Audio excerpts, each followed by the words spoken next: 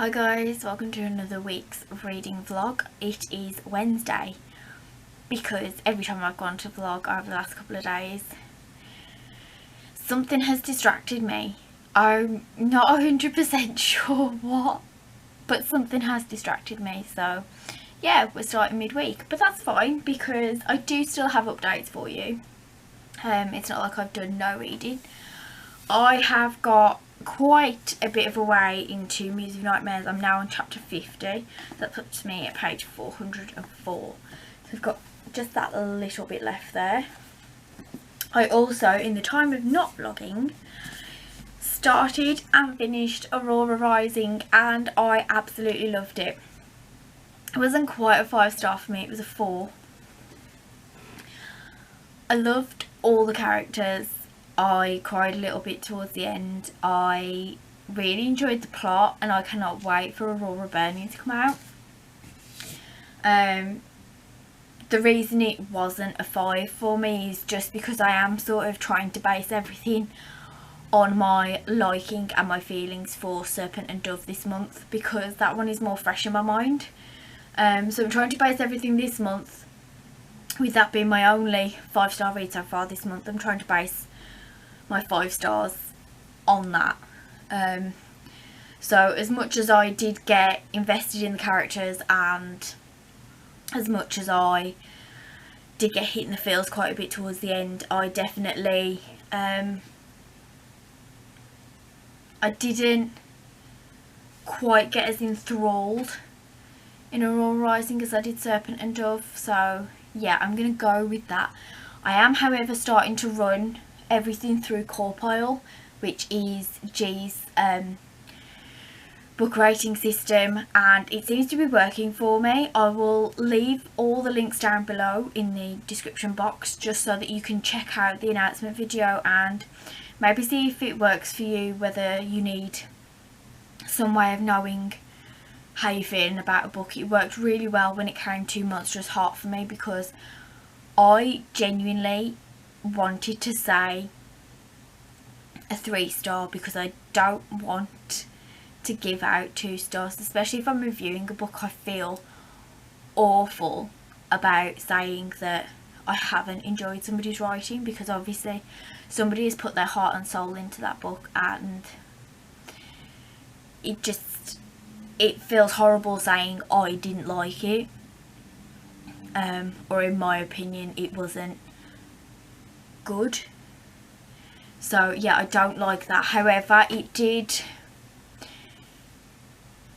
work, and it helped a lot for me getting to the point where it was like, no, it wasn't a 3 stars, it was definitely a 2. And then it also meant that I could base my review on the parts of CAWPILE, so like enjoyment and logic and things like that. So yes, I am enjoying using that system. So check it out if you feel like you need a different way of rating things. But yeah, I plan on finishing Muse of Nightmares quite soon, hopefully today, but the sun is out, so quite possibly not. I have Crescent City tabbed up. This is another buddy read. Aurora Rising was a buddy read with Claire. Unfortunately, she didn't enjoy it, which is a shame really, because we've been doing so well with our buddy reads. We've both been really enjoying the ones that we've picked, and yeah, it's a bit gutting really, but it happens, not everybody reads the same book. So we are going to start House of Earth and Blood. It is tabbed up for 11 days. I am sort of hoping to get it finished a little bit before that, because if a book takes me 2 weeks to read, I feel like I'm gonna get bored, or I'm gonna start to feel like it's a bit of a slog, like just, oh, I have to read that again. I'm really hoping not, because I know a lot of people have been saying that, you know, it's really good and it's really entertaining, but I have also heard that there's a lot of world building because it is the start of a new series. So obviously getting to know the characters, and the already being just shy of 800 pages, it feels like it might, but maybe that's just an intimidating look at the book. So that is for astronomy, so that is something I will be reading when it is dark. So that will be sort of like a bedtime read, so I'm really hoping that if I get a good sort of reading chunk done before bed, that I should be able to read maybe just a little bit over my designated section. Once Muse of Nightmares is finished, I have Solitaire by Alice Osman. That is on Script. I believe they put it back on. I don't physically own the book. I thought that it would be a decent plan to listen to it as an audiobook, purely because I tend to do 2 physical books and an audiobook throughout the reading time. I feel like audiobooks really help because it means that I can still do a little bit of reading, or listening, however you want to explain it. I can still have some sort of book on the go while I am doing household chores and daily activities and things like that. So yeah, I plan on having Solitaire while I have Crescent City for my nighttime read, and then hopefully we'll be starting Clockwork Prince. That is also tabbed, but it is tabbed into 6 days. 1, 2, 3, 4, 5, 6. 6 days. However, I also have this as an audiobook on Script that's already downloaded. The reason I wanted to try it was because Ed Westwick narrates this one, and I just wanted to see how it sounded because I wasn't very keen on Clockwork Angel, and it was a different narrator and I just wasn't gelling with it. I didn't thoroughly enjoy Clockwork Angel for that reason, I think, because when I was physically reading it, when I had chance to, I really enjoyed reading it. But this will be I will possibly swap from audio to physical when I can. So yeah, I am really looking forward to this week's reading. It seems to be going well. I was originally panicking about my owls and that it was ridiculous reading 12 proper books. I will check in with you when I have a bit more of an update and when I have at least finished Muse of Nightmares. So I will speak to you later. Hi guys, so it is Thursday and my voice is getting progressively worse, so I do apologise in advance. I have decided that I won't be filming my March wrap up just because I am really struggling. So I wouldn't be able to sit and talk about 12 books, and yeah, it's not fun. So I do apologise for that, but I'm sure that you will forgive me this once. I have a bit of an update for you. I did actually finish Muse of Nightmares this morning, so I can take the bookmark out of that now. So that is my herbology class passed. I also started Clockwork Prince this morning, but I haven't got very far with that one. I think I am on chapter 2. Yeah, I'm only on chapter 2, which is page 39, so we're making progress. I still haven't started Crescent City because, again, last night I got into bed, was just like, I'm going to stick my headphones in and just try and finish Muse of Nightmares, and then I'm going to try and get myself some sleep to try and sleep this off. I was going to listen to Solitaire for my Muggle studies, which is a contemporary. However, I have heard nothing but awful reviews about it, and I feel like, as it is at the moment, I am quite possibly heading into a bit of a slump because Muse of Nightmares, I got so bored towards the end of it, I just wanted it to be over. And then they finished the book with one of my most disliked lines ever, and I just, it was too much for me. Couldn't handle it. So yeah, I definitely think that I'm gonna see if I can switch that out for something else, just because I don't want to risk putting myself in a slump. I don't want to, yeah, I don't want to read another book that I'm not enjoying. As it is, I DNF'd Surface Breaks because I wasn't enjoying that. Monstrous Heart, we know how I feel about that. And now Muse of Nightmares, and it is just starting to, I think it's starting to have a bit of an effect on me, because I literally don't want to read at the moment. It's not even that I don't want to read. I had even, having Muse of Nightmares on Audible, I had literally stopped listening, which is quite unlike me lately, because I will have, if I'm not reading, I'll have an audiobook on if I'm doing stuff around the house, and like if other things don't need my attention, it will be on.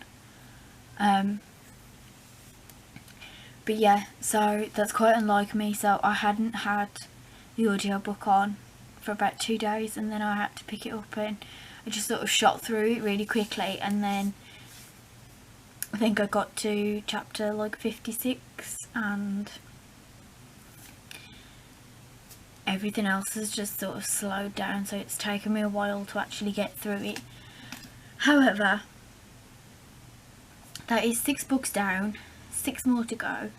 It's fine. I will find a replacement. I have plenty of contemporaries now, especially on the Kindle wish list. There was plenty of contemporaries listed on there, and I know that I've had a few gifted to me. So yeah, I think I'm going to go with that and see how I get on.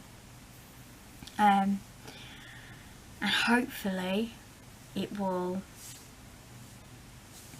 start to get better, because I can't have another week of bad books. I can't have another week of boring books. It is going to put me in a slump. I can already feel it. I know it will put me in a slump. I don't want to be in a slump. I don't, especially with a readathon. I don't want to go into a slump. So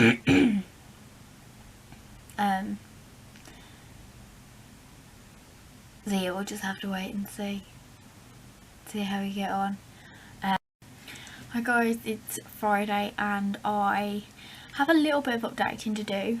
I started 2 books yesterday. I was quite pleased with myself. I had set out to sort of get myself out of a bit of a slump. So I started Clockwork Prince, and I am 145 pages into that. I'm on chapter 7. I am physically reading it and listening to it via script. I really like Ed Westwick's voice narrating it. The female isn't listed, I don't think. I know it's said at the beginning, so if I can I'll try and find out and put it somewhere here, but it's not actually listed on the little narrator section. But I'm really enjoying it this time around. I'm really enjoying the narrators. But yeah, it's definitely really enjoyable reading it book after book, because I obviously am just immersed in that world anyway, and I can just jump straight back into it, so it's really good. I still am not massively invested in all of the characters. My heart is set on Jem at the moment. I still think that Will has got a bit of an asshole trait going, and yeah, I don't know. I think I'm hoping that I will become a bit more invested in the characters as time goes on. I also, talking about being invested in characters, I have started House of Earth and Blood. I told myself that I just needed to start it. So I had planned last night to read the first 1 or 2 chapters, and then I was going to put it down and I was going to go to bed. And I didn't do that because I just wanted to keep reading. So I am actually on chapter 9, which is page 107. I am already thoroughly enjoying it. I am loving the fact that we're sort of thrown straight into the action. I am already gutted that people have died already, and I felt like I had a bit of an affinity with one of them, and yeah, and now they're dead, and it's upset me. I felt really shocked last night. I didn't think that there was going to be any sort of death that early on.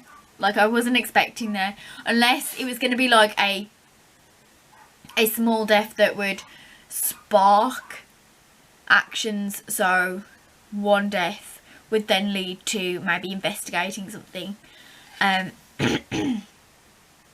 But I did not expect it to be that early on. So yeah, it's really difficult not to say anything because I don't want to spoil it for anybody, because I think everybody needs to get the same feeling that I got, and I want people to have the same feelings that I got, apart from the fact that it obviously makes discussing the book very difficult. So yes, I am making really good progress with those. I think I mentioned yesterday that I was going to try and swap out solitaire for my Muggle studies, which is really contemporary, and then I ended up watching Jade's booktube, and she mentioned that she had read Giant Days on Script, and that was for Muggle studies because it's a contemporary graphic novel. So I then decided that I was going to look into it, because I didn't realise that Script had a few comics and graphic novels on there to read, and so I thought I would have a look, and I am really considering, rather than putting more pressure on myself to find a contemporary that I'm not feeling at the moment, that I might either read Lumberjanes or Giant Days. I'm just not in the mood for contemporary, and I can't see that changing at the moment. I do feel like the last couple of books that I've read have put me in a bit of a slump, and I need to get myself back into it. As much as I am making progress with the books that I've got, I would like to pick up another book that isn't owls related. So yeah, so I'm toying with the idea of starting the Dark and Deepest Red, either that or Shadow of the Fox. Either way, I do intend on reading Shadow of the Fox the end of this month or beginning of next month, because I have been approved to review Night of the Dragon, which is the third book in the trilogy, which I think I spoke about yesterday. But Dark and Deepest Red is 300 pages roughly, and it's a retelling of the Red Shoes, and I don't know whether I mentioned this when I actually received it, but I was gifted it by Claire, and I didn't realise the way it was going to make me feel, and that's having not even read it yet. I used to watch The Red Shoes with my mum, and it's one of her favourite classic films, and it fills me with like a nice warm cosy feeling, and I'm really hoping that reading the book might do the same. If anything, it's probably just going to make me want to watch the film more, which I'm going to have to try and find from somewhere. So yes, so I will keep you posted on which one I decide to do with that. But yes, I definitely think I just need a complete mood read. I need to just sit there and think, right, what do I fancy reading, and then pick one, because if I keep going, I am going to slump, and then I am going to not enjoy the books that I'm reading already, and I'm also then not going to want to read at all. So yes, this will be time to pick a mood read. Time to pick a mood read, time to have some fun with it and see how we get on. I will update you with my choice, and any more reading updates will follow. Okay, so I have officially chosen Dark and Deepest Red because I was a little bit disappointed, but I've actually just picked up Shadow of the Fox, and when I looked, I've opened it up and sort of flicked through to see how many pages there are, and I've done that, and I don't want to do it again because I don't want it to break even more. But I've actually noticed that the book itself, like the spine is coming away from the book, so like none of that is attached, so I can't physically read this book without it falling apart. So I'm a little bit gutted. Hopefully I'll be able to get some super glue on it maybe, and I mean, yeah, it's not great at the top either. So hopefully I'll be able to get some super glue and find a way of peeling it off and sticking everything back together, but not great. So Dark and Deepest Red will be my mood read. Hi guys, it is Saturday and I have done a lot of reading. Gone a little bit off my TBR, but not completely. I am still working my way through Clockwork Prince, to which I am now on page 166, which is chapter 8, so I'm making pretty good progress with that. I am especially pleased with myself with the progress I'm making with House of Earth and Blood. I am absolutely adoring this. I am on page 283, which is chapter 8, and it's just brilliant. I am enjoying it so much I can't put it down, which is a shame really, because it's my astronomy prompt and I'm supposed to be reading it when it's mainly dark, which I did get the audio book and I have been listening to it occasionally when I've been in the bath and things like that, but I am going to stick to reading it at night just because having the audio book means that, especially with how I'm feeling at the moment with the chest infection and everything, I am just able to just lie in bed, stick my headphone in and just relax and listen to that, rather than holding this book when you're aching. It's ridiculous. It feels so heavy, especially when you're reading that far in. It is so heavy. So yeah, but I feel like I've made a lot of progress with that and I am really enjoying it. However, today I also decided that I was gonna start my mood read. I think I showed a little clip of picking my mood read, but I have started Dark and Deepest Red. I am trying to establish what it is about this colour for underbooks. I always think that like deep greens, deep blues and deep reds are always sort of the go-to colours for hardbacks when it's under the dust jacket, but I really love this colour. I also like the pale pink writing down the side instead of foiling. I think it makes it really different. I didn't get very far into this just because it's a little bit difficult at times because there are names that I don't know how to pronounce. But I'm like 30 pages in, so it's not really, I can't really say a massive amount about it apart from the fact that at the moment it's hinting at witchcraft, which obviously I sort of figured that would happen because of the story of the red shoes, but they're sort of giving a deeper background into it and I'm really enjoying that. So like the fact that they're interweaving it with something new but keeping the old classic bits in with it. But yes, that's really good. I'm enjoying it. Today I made a cake. I cleaned up a bit and I've just had a bath, hence the wet hair. But yeah, so I'm just trying to give myself goals when it comes to reading each day, because I felt like I was concentrating more on one book, which is fine, it's not a problem. But once I start concentrating on one book, I get that finished and then I forget that I'm reading another book, and it doesn't get touched for ages. And the problem with that is I then forget what I've read. So whilst I have got so far into Crescent City, I am going to now jump back into Clockwork Prince.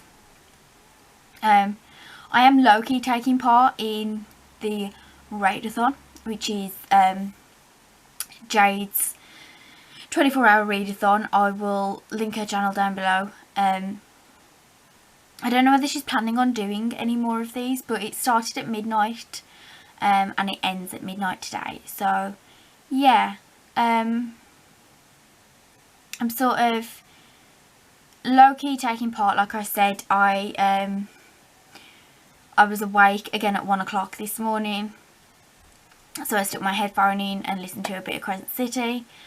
I then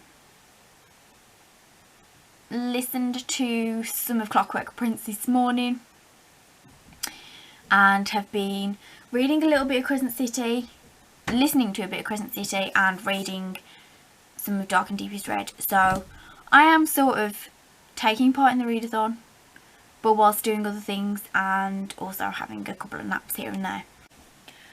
Hi guys, it is Monday and I am only just realising that I didn't update you yesterday and I didn't finish the vlog up. So I thought I would jump on quickly, give you a bit of an update, end the vlog, and then I can start Monday fresh, sort of. So I am 203 pages into Dark and Deepest Red. Not 100% sure how I'm feeling about this at the moment. I think I'm going to try and keep some of my thoughts on this until maybe I finish. I would say until I got further in, but I've only got 90 pages left and I don't know how much can change in 90 pages, but I'm hoping. Let's just say that. I think you can probably gauge my reaction to this book from that. However, I have made quite decent progress and I'm happy with the progress I've made with Crescent City. I'm on page 303, which is chapter 30. However, I didn't read this last night and I didn't read it yesterday at all. I didn't even listen to it because I've been spending all my time on Dark and Deepest Red. I have a bit of catching up to do, so I think I've got about 100 pages to read to catch up with where I should be, I think. However, it does mean that I'm still on chapter 7 of Clockwork Prince. I have had to sort of put that to one side for now because I didn't realise the sort of shape-shifting would be very similar in both books. So whilst I'm reading Crescent City and then going and reading Clockwork Prince, I am starting to merge some similarities together, and then I'm getting a little bit confused because I'm thinking, oh well, didn't this happen? And then it's like, no, this happened in Clockwork Prince. And I'm finding it a little bit difficult to separate both shape-shifting books, and that is why normally when I read 3 different books, even if I have one as an audiobook, I tend to make sure they are all different. So Dark and Deepest Red is a retelling, not a problem. Crescent City, I now know, has shape-shifting. I knew there was some shape-shifting, I knew there was magic,